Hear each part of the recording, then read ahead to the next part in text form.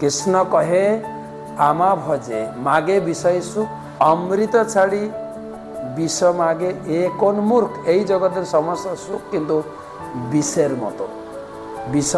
বিষয় থেকে অন্তস্থ হয়ে বাদ দিলে বিষ, যার যত বিষয় তার ততটা জীবন বিষে ভরা। এ কোন মূর্খ। তাই আমি বিজ্ঞ, কৃষ্ণ বলছেন।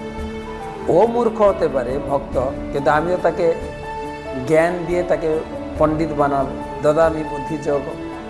আমি বিজ্ঞ, সেই মূর্খে বিষয় কেনে দিব, সচরণামৃত দিয়ে বিষয় ভুলাম। তার হৃদয়ে ভগবত ভক্তির এত আনন্দ প্রকাশ করব, ধীরে ধীরে এই বিষয় বাসনা থেকে সে ধীরে ধীরে মুক্ত হবে।